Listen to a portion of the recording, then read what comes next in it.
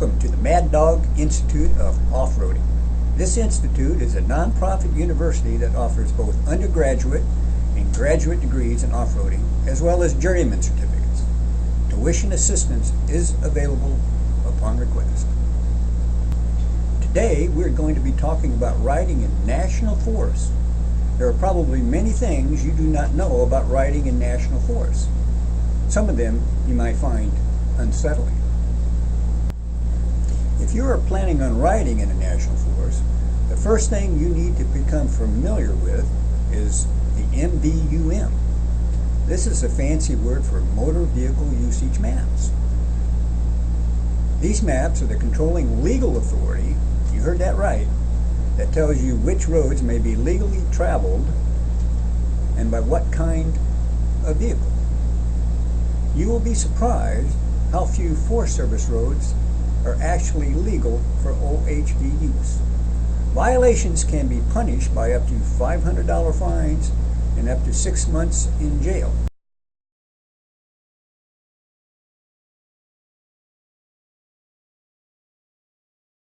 It is also a state infraction if you drive on a municipal, county, state, or federal highway with an OHV normally designated as Other on the MVUM.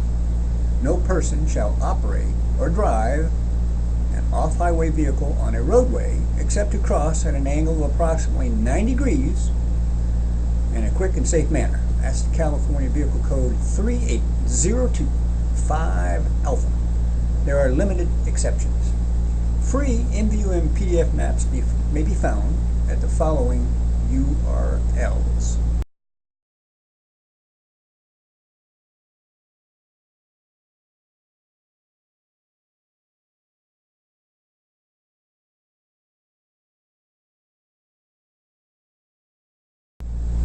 The Aventasat maps are geo-referenced, which makes it easy to use them with their app.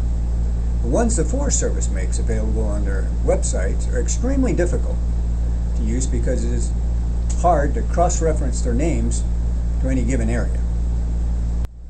If planning a route in a national forest located in California, you can use the Owl's Head website to visually see geo-referenced MVUM roads. Owl's Head tracks contain all the legal Forest Service road tracks in California and are color designated to display MVUM classifications. The Owl's Head data may be viewed at the following URL.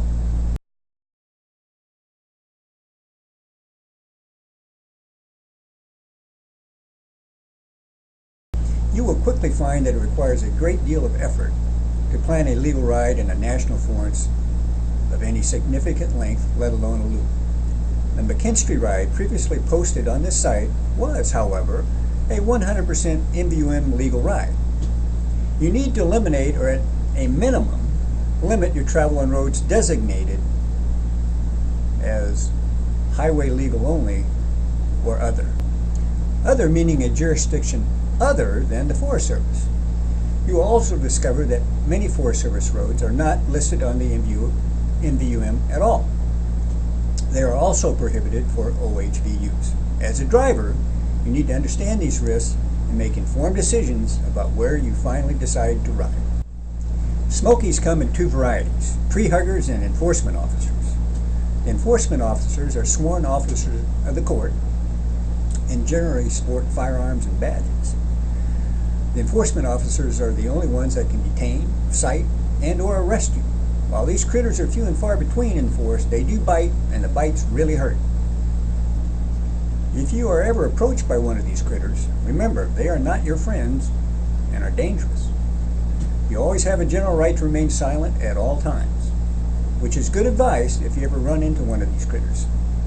Best let your lawyer do all the talking at a later date. The Mad Dog Institute, however, does offer discount bail bonds for those who may run afoul of the MVUM. You also need to be aware of the issues concerning locked gates. Green gates belong to the Forest Service. Yellow gates are access to private property. If you ignore a yellow gate, the owner can trespass you. If you ignore a green gate, you may be cited.